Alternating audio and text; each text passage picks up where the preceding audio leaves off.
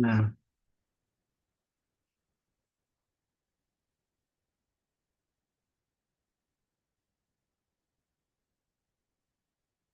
jadi cek ini kayaknya suaranya udah masuk, oke. Nah, ini kita tutorial sih bikin, kalau namanya biasanya nyebutnya anak-anak Jember tuh penampang lintasan. Mungkin kalau apa namanya,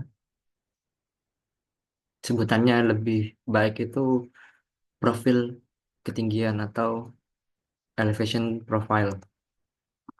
Jadi ini contoh-contoh jalur. Jadi profil ketinggian itu bisa muncul ketika kita punya eh, garis atau jalur ya. Nah, jadi kan kalau eh, pengenalan dasar di GIS itu biasanya ada tiga geometri utama yang biasa kita pakai. Yang pertama itu ada titik, terus ada garis atau jalur, terus yang ketiga itu ada area atau geometri, bentuk luasan dan lain-lain gitu. Kayak gini nih contohnya. Nah, ini area, terus yang merah ini garis. Terus kalau titik ya titik Twin Falls Tancak, terus Tancak Maisan, air terjun Kebun Rayap dan lain-lain. Itu titik ya. Jadi kalau mau buat elevasi profil profil ketinggian itu kita harus eh, pakai ini namanya apa namanya? Garis. Gitu. Jadi contoh nih. Nah, kebetulan contohnya kan pakai eh, GPS. Nah, biasanya kalau GPS itu kita ekstrak atau ekspor datanya itu bentuk formatnya itu GPX. Nah, ini jadi ini ada beberapa hasil GPS yang kemarin teman-teman berwarna kegiatan ya. Nah, jadi misalkan kita langsung drag and drop aja. Nah, ini kita oke aja create KML tracks terus adjust altitude to ground height. Nah, gini. Satunya juga kayak gitu. Jadi ada dua. Nah, ini kemarin tuh pakai dua GPS.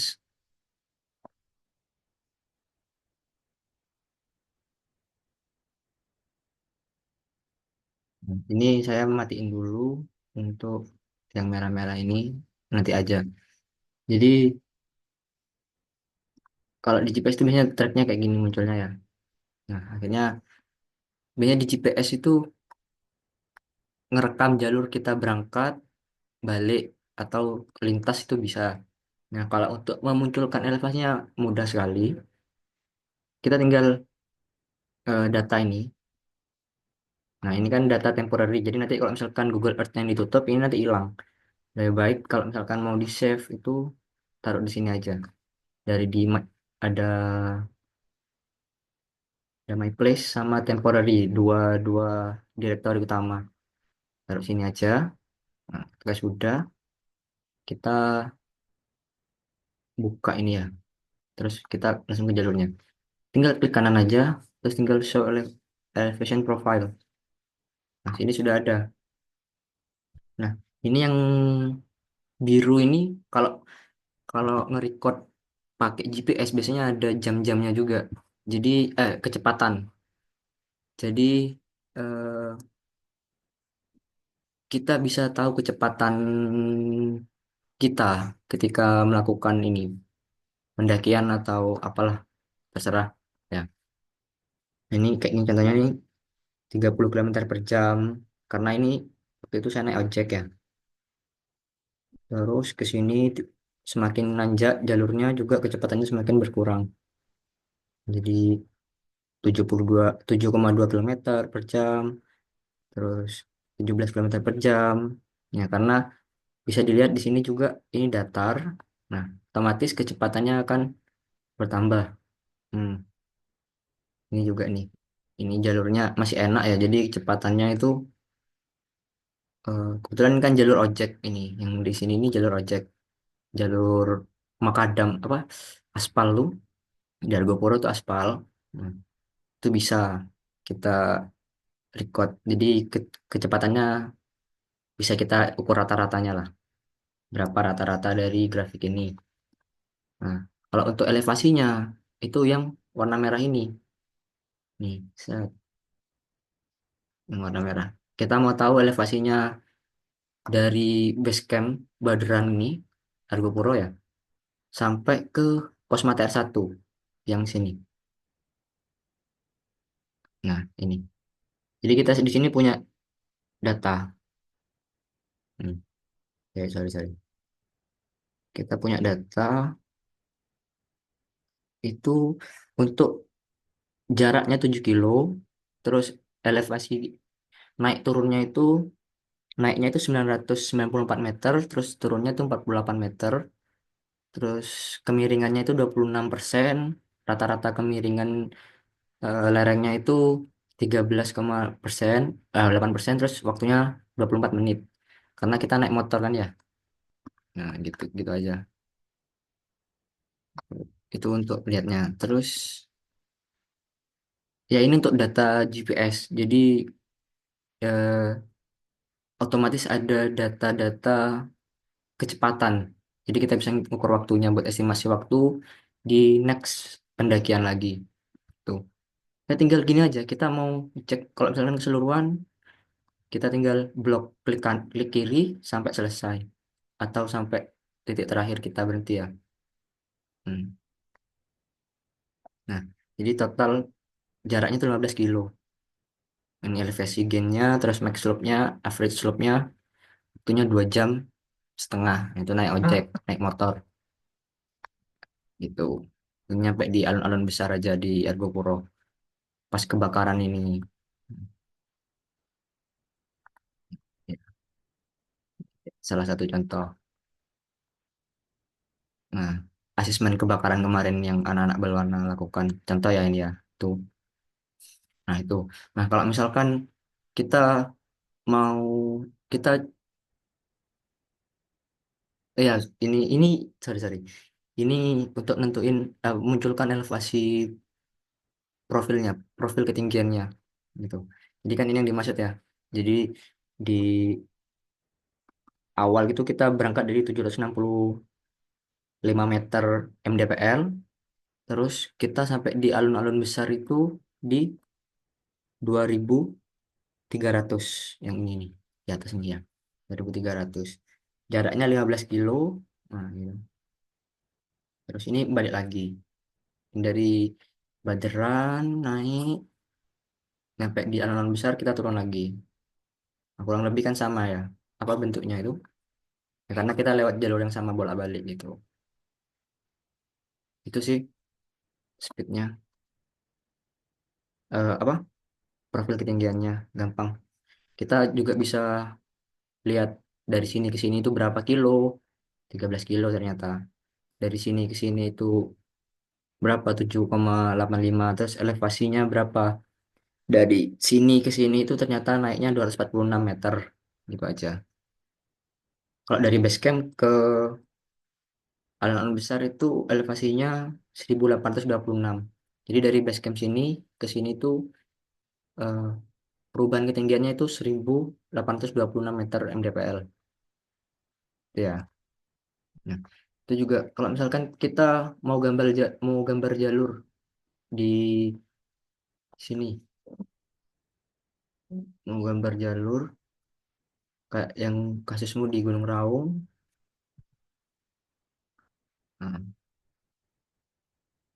kita X dulu aja sini. Nah, misalkan kan mau trek pendakianmu sudah ada kan ya? Kebetulan kemarin udah tak download untuk trek pendakianmu itu eh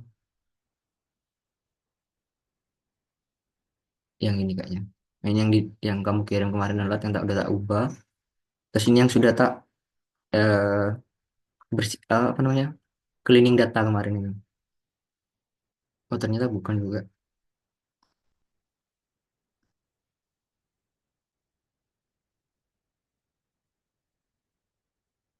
Hmm,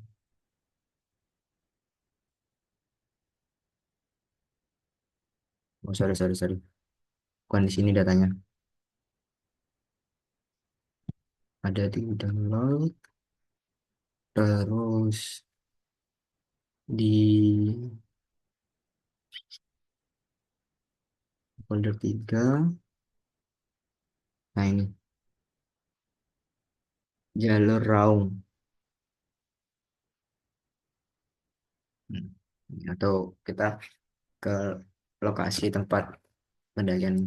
Gampang aja. Jadi ketika sudah terbuka, nah kita apa ini namanya ya? Buka segitiganya itu. Nah, tinggal klik kanan aja, show elevation profile. Nah, ini meskipun kamu pakai GPS kemarin, tapi kan datanya udah diperbaiki tuh sama aku kemarin tuh ya. Jadi untuk kecepatan pendakianmu nggak muncul. Jadi yang biru-biru nggak muncul. Jadi cuma ada elevasi ini. Jadi berangkat dari rumahnya Pak RT yang Pak Rayes kemarin itu dari 937 meter naik ke apa ini, Batu Tulis itu kurang lebih 6,32 kilometer. Elevasinya yang kamu daki itu ada 622 meter gitu. Nah, ini data-data yang bisa dipakai sih gitu. Jadi nggak ada ini. Juga di sini kalau misalkan tak close ini ya, di Google Earth itu juga ada koordinat di sini ya. Jadi kamu titik poinnya sini, tekan Batu Tulis. Nah, kamu lihat sini aja. Nah, ini itu koordinatnya ada di 8 derajat 3 menit 7 detik, 33 detik dengan selatan dan bla bla bla. Itu elevasinya 1400 gitu. Ya. Nah, ini apa? Ini ketinggian kameranya ini. Jadi kalau kita zoom terus ini pasti di 1400 karena natap tanahnya ini. Nah, semakin tinggi itu. Jadi kita ngelihat dari atas 35 kilometer. Gitu. Zoom out, zoom in gitu ya. Ya gitu aja sih. Show elevation profile. Klik kanan aja di ini. Guys. Nah, coba datamu yang awal yang kamu kirim aku itu tak masukin. Yang ML itu ini ya.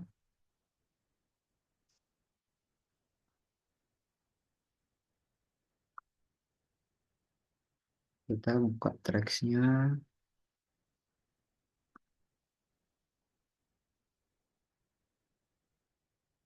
Ini. Jadi kan ini ada garis nih. Nah, otomatis garisnya itu ngebentuk profil ketinggiannya. Jadi dari mana Tulungagung, Ponorogo lah. Nah, dari Ponorogo itu kayak gini. Terus ini mungkin daerah Kediri mungkin. Terus ini daerah Gunung apa lupa, nggak tahu. Terus ini daerah Taman Nasional Gunung Bromo, Semeru, Tengger Semeru. Nah, naik lagi lewati Argopuro garisnya. Terus sampai ke Batu Tulis ini. Nah, kayak gitu. Ya, itu untuk elevasinya. Jadi usahakan kalau pakai GPS nanti di restart lagi aja di awal, di pas mau mulai pendakian itu buat biar enak nanti pendakiannya. Ini kan jalurmu kemarin tuh. Nah, kita bisa cek itu di mana. Mau di daerah sini. Nah, kurang lebih segini. Totalnya 1,1 ya. Gitu aja sih, gampang.